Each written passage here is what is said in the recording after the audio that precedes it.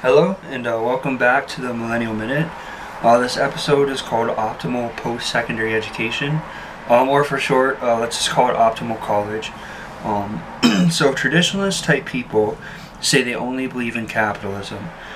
And when they say that, what they're basically meaning or implying by that is that they want things to only stay the same, like exactly how they are now. On the other hand, you have a group of people who believe something completely different.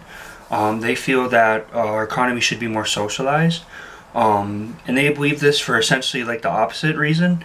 They believe that what's going on right now is not working for people in the way they would like, so they want it to change. Um, so with this being said, what does this really mean for you? Um, what are the actual characteristics of those systems that make your life better?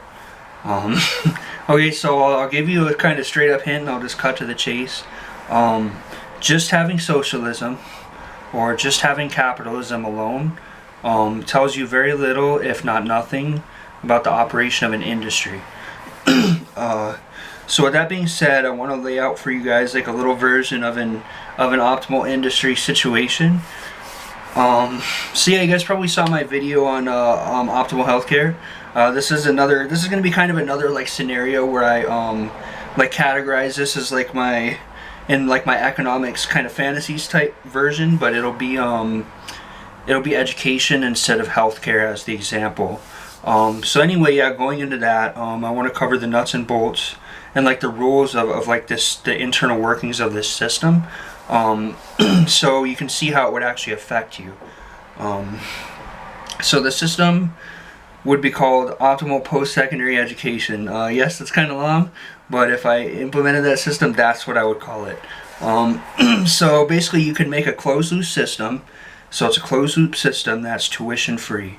It could be either private sector or a mix of public and private, but in this scenario it couldn't be entirely public, and you'll probably see why as I go further. So anyway, so how it would work is if you chose to pursue a post-secondary degree, then you would enroll in a tuition-free college. Upon graduation, you would take on, like say for instance, throwing out a number, $100 a month in an education payment. So you would pay, for instance, $100 a month for 25 years, whether your income went up or not. So how much you would pay would be determined by actually a mixture of some things, but one, because it would be like a free market type system. Like what institution you have the option to choose like what school you would go to, or in other words what institution, and then those institutions through their own competitive free market framework would give you rates, so to speak, of how much you would pay for your education payment on the back end. So that would factor into your decision. So that would be one criteria of what you would decide when you're considering your payment. Like maybe a mixture of quality versus affordability. But then uniformly, like the rule would be the same in terms of like the structure. Like for example, you would pay into the system for 5 years for every year of schooling you received. So therefore, say you got a bachelor's degree, you would probably pay anywhere between 20 to 30 years of after the fact that you graduate with that $100 a month payment for the 4 years of school you attended. And again, like this, I said 20 to 30 years because, 4 years would mean that you went straight through. You could assume that it would take you a little bit longer, and that would be okay. For instance, it would be like 25 years if you had an extra year in there or something to like 5 years to cover your bachelor's degree. So anyway, so the idea is that you'd be paying into a closed loop system for the next generation, which would also be tuition free. So you come in tuition free, and then the next generations after that have the same tuition free up front. So it would be more important to pay into the system for a duration and keep the amount constant, like the $100 a month constant, rather than raise it and make the duration shorter, because it's like the amount of time you pay into it is more important, because it's like longevity of the system. So this would present many advantages. Um, one, of course, just like in the current system, right away as soon as you got out of school, you would start paying off your debt. So say you graduate at 25, and this could be a bachelor's degree or whatever. That's even a little bit later than normally you'd be like 22 if you went straight through. But anyway, so you graduate at 25, and then you had your payments, feasibly, like you would be finished by the time you were age 50. Even better, if it only took you 4 years, you would be finished by like age 45, if you only paid for 20 years. So that's super young to be already done with everything with your education payments. And it's optimal too, because not only at this point would you be done paying off education, like that part of your life is you've accomplished it and then you've cleared it. But then you would still be like 15, maybe even 20 years outside of retirement, depending on what the retirement age is at that point. So you have like a lot of prime years with a peak income to start paying, like saving towards your retirement. Because assuming at age 50 with your skill level in your career, you would kind of be at peak income too. So it would just be optimal in terms of timing. So that being said, also one feature of the system that would make it fair would be that, again, like I said, it's a closed loop system. So only people that went to college would pay for education payments. I know that's kind of like a big issue nowadays about people when they talk about changing the structure of the education system. Is how they would pay for it and who would have to pay for it. So in this system, like I said, you go to apply to an institution, and once you do that, then that's the institution you make the back payments to. So it's a closed loop. And like say you became a firefighter right out of high school, or you worked as like a line cook, and you made that your career, you never did anything else after, like you never went back to school, say you're a truck driver, etc. And then like you never like went to that institution and decided to go to school, so like you're not included in the loop, like in terms of having to pay. Like it's not your kuleana, which in Hawaiian that means it's not your responsibility. So anyway, so that would make things fair, and it would still be sustainable. And then like this for that's like traditional bachelor's degrees, kind of what I talked about. And then there's trade schooling, which for convenience, that system would be no different than the other aspects of the system I talked about. It would just be included in the closed loop because it is college, and you could have institutions that either do both trades and traditional bachelor's degrees, or they're just a trade school. But either way, it's an institution offering a degree, and the framework would not have to be any different. The actual, kind of one of the advantages to that too would be is that, say that maybe trade school only took you 2 years instead of 4, then your back payments, because you're doing it by years, would only be like 10 years instead of 20 or 25. So that could be optimal for you if you chose a trade, and then depending on what you do, you could make a lot of money too. So it would just be like a personal decision at that point for you, and it would be a decision of what you're best at too, because everything would be free market determined. Everybody could just come into any university tuition free starting and make a decision on what they want to do, with no barriers other than their choice, their free market choice. Okay, so with that being a situation, that kind of leads me into like one kind of side note.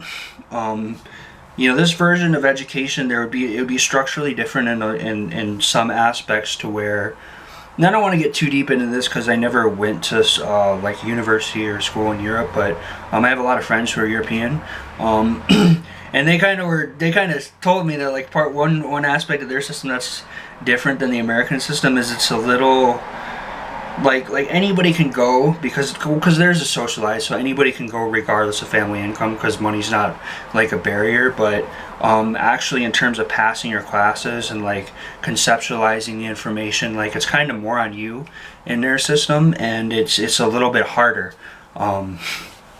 Like for instance, in the American system, we have a lot of it, and especially in the beginning, like in your 100 level classes, whenever there's a lot of multiple choice tests and kind of busy work type stuff. But honestly, if you're kind of at you're like an average level of intelligence and you just do the work, like you'll pass. But like in the European system, it's not really, from what I've heard, so much the case. Like you have to really kind of compete for the opportunity, which should make sense in a system where everybody can just come in tuition free and choose anything, because that's kind of would be the determinant right there, instead of in the American system, where it's kind of more almost like you're paying your dues, so to speak. And what I mean by that is, one, financially it's so expensive that kind of determines what people go. It cuts out a portion of people anyway. And then also, again, like I said, it's kind of like, there's a lot of kind of busy work and stuff, to where once you knock it out, then you come to the job market and they go, oh great, you got this piece of paper that we realize has nothing to do with the job market, but you're a good boy or girl for paying your dues.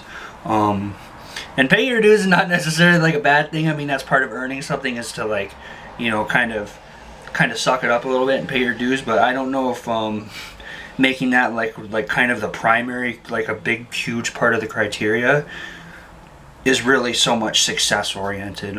You can make a lot more better use of that 4 years of your time if you made it more competitive. So anyway, getting back to the example, like I said, trade schools would be tuition free also. So if you felt you were more trade smart than book smart, then you could get your education credentials knocked out a bit earlier and still make good money.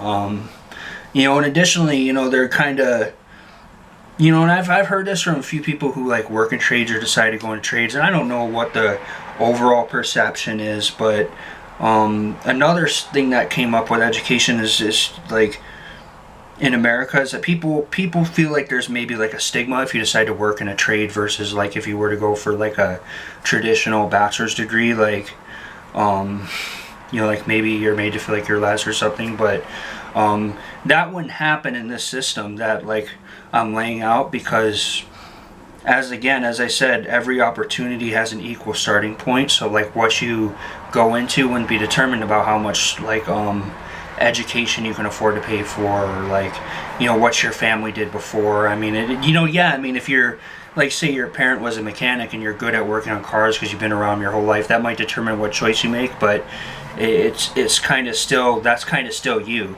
Like you go into the school tuition free, all opportunities in front of you, and you choose what's best for you. So I mean, yeah, so to add a real life example to that, again, like kind of referencing the way things are in like European systems, like Germany, for example, like it's competitive to be a mechanic in that country. Like it's not frowned upon, and the people that go into programs like that are, they're looked at as good, as what they're doing, and that's that's like the way it should be, because I mean, my dad's a mechanic, and a lot of people obviously pick up on the fact that's a hands-on skill, but there's certain things that if you don't know how to do it right, it could be detrimental, like it could be dangerous. So not only is it a hands-on skill, but it's a skill where so you can either do it or you can't. So if you like kind of dedicate your life to learning mechanics and then you just weren't very good at it, like you were one of the people that just kind of couldn't do it, then you would have to kind of start all over into something else. But that kind of shows how valuable a skill like that is, because it's like you can't just fake your way through it.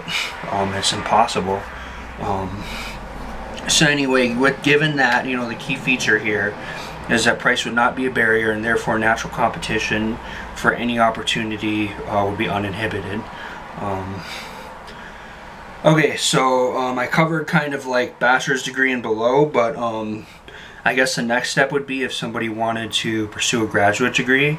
There's a couple different ways you could do that, but when I was working this example out in my head, I think actually the most maybe optimal way to do it was to let the system kind of as the way it is now kick in. And what I mean by that is that once you decide to go to the graduate degree level, like above bachelor's, you would have to take out traditional student loans and then maybe apply for housing that's like affordable for your income. And note, when I said that, I was thinking about this. I plan to make another video, and it's called Optimal Housing, and in that version of society, everyone could essentially own a home. It would just be in the form of private sector leases that could be applied for based on your income. So when I talk about that type of housing, like as a student, like that's what I mean. Like if it were to be that way, like they would just, there would be different income brackets for leases, and you could basically, well, I'll do a video on that, but they would have housing no matter what. It would just be based on their income. And additionally, you can make grad schools kind of more like, adapted to adult life at that point, because it's, you're kind of getting older, and you can make it more of a working adult lifestyle type curriculum. So anyway, so an advantage under this system is that even though grad school would not be considered part of the closed loop, because it's more competitive and success oriented, like chances are, if you're bright enough to be accepted at that level of education, like into a grad school, that there would probably be companies, or like companies and entities that would like value your level of education enough so to maybe offer you a scholarship or some type of assistance, financial assistance with your tuition. Like say for example, like a company reaches out to you and they say, oh well, if you work here after graduation for at least a certain amount of years, then we'll subsidize your education, or we'll give you a scholarship, or grant, or whatever it may be. So that could help. And then in a competitive, real true free market competitive system, that would likely be a scenario. And then additionally, there's all kind of different types of grad school, so that would have to be worked out. But like just thinking off the top of my head, like doctors, for example, and stuff, like a lot of the stuff they already do is pretty, they've kind of come up with a pretty good system for that, like residencies and all the criteria and stuff. And so a lot of that's work in education too, so that would fit in with them being able to apply for their housing leases. So, I'm sure there'd be a lot of other details to kind of work out, but that system could probably essentially stay kind of the same. And that'd be the good thing about the system too, is the infrastructure that already exists, like in the current education system. Like you wouldn't just change it just for the heck of it. Like if it's already got a good type of infrastructure, like for example, like how I said before, it could be a mixture of public and private sector. Like we already have that, so you wouldn't have to like change that. It wouldn't cost you infrastructure, capital, startup money, so to speak. So anyway, the reason why I kind of was thinking that grad school would be better to not be in the closed loop system is if you think about it in terms of like the amount of years, like say you pay for 5 years for every year of schooling that you go for, like depending on how long it takes you to get, like say your PhD, like a master's is only maybe 2.5, 3 years over the bachelor's degree level, but a PhD could be much longer than that. So you could run into a situation where people are required by the year system imposed that they would pay maybe 50 years or more after their education, and that wouldn't be optimal for anybody. It wouldn't be optimal for the education receiver, and it wouldn't be optimal for the system, because 50 years after your graduation, you're certainly going to be retired at that point, if not unable to pay at all. So it would be better to kind of include it in a system of loans, because the idea with that too is that if say you have a master's degree, I mean that's kind of like, I don't know what the exact statistic is, but I saw at one point when I was still going to college, like I was curious, I was like, I wonder how many people have master's degrees in the world in general, not just like in the U.S. And it's like 1 or 2%, or like less than 1%. Like it's a very small amount. So like really that type of education should represent a really high level of value, because it's the highest level of formal education you can obtain. So anyway, I kind of don't know where I was getting with this, except for that the job you could get with that high level of education would likely be able to allow you to pay off your loan that you had to take out optimally, if you even needed to. So that covers all of the education from grad school, PhDs down. And so just the side notes to this system are that one, you could have a maximum of say 6 years to get your bachelor's degree, like before you were out of the system. That would kind of like, it would avoid people being able to just kind of go to school, because it's tuition free up front. So that would avoid people just being able to kind of make themselves a career student. It would force you to actually try to finish, because that too, like it's part, you pay by the like as soon as you sign on to that institution, you pay by the amount of time you went.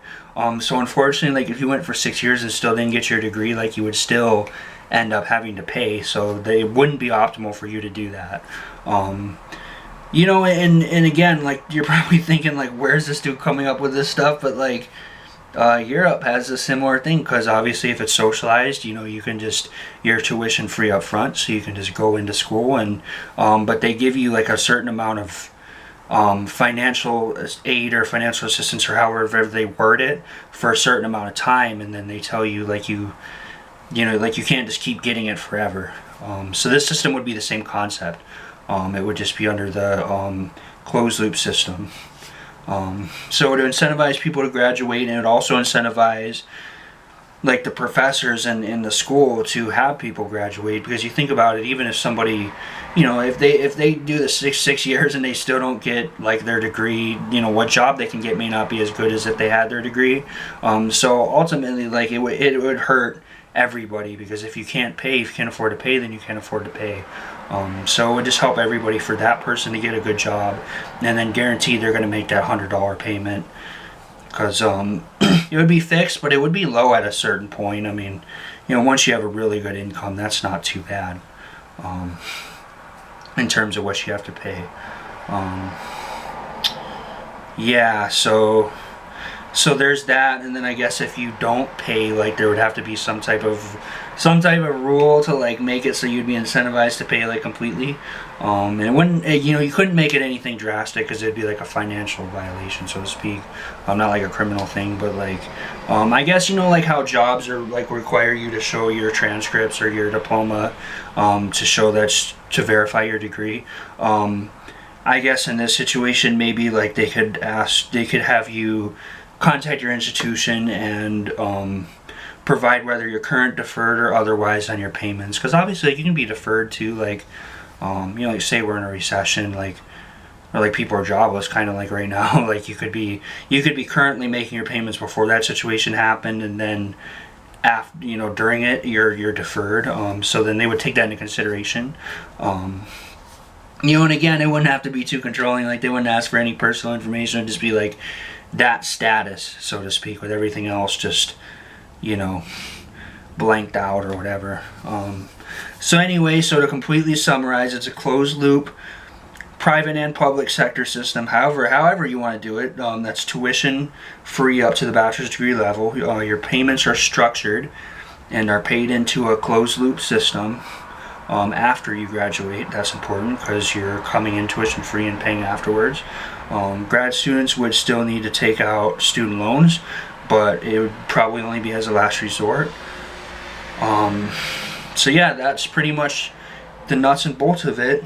And part of the purpose of me kind of covering this little optimal system economic fantasy type scenario is to illustrate to you guys an even bigger point, and that is that every system has aspects. Like this, what I just explained is the aspects of the education system. Like there's rules, there's regulations, there's internal structuring, and that's like kind of like when people look at the European system or other systems and they say, oh well, it's either so good or they're not in favor of it. Those aspects are like a lot of kind of, or a big part of that. So it's not just capitalism. Like it's not only just capitalism as the overlying framework, and it's not just socialism as an blanket framework. It's those aspects of the system that are important, because these aspects, they affect you as much, if not more, than whether the system's administered through the public sector or the private sector. And that's the difference between socialism and capitalism. Is socialism is a government public sector program, and capitalism, the idea is that this free market system that's in the private sector. And socialism can be a part of a free market system too. Like my personal belief is that we're all, as an economics studier, the economics degree or whatever, like you, I don't want to get too far into this, but like we're all born involuntarily into what's a free market world, and then everything else after that, society wise, is just drawing lines up in that natural free market situation. So again, it's not really the system so much as it is the people in it, and that determine the outcome. And then again, as you saw, like the the rules and regulations can have a completely different structuring that makes a completely different scenario. Okay, anyway, that's been another edition of the Millennial Minute. Thank you guys for watching.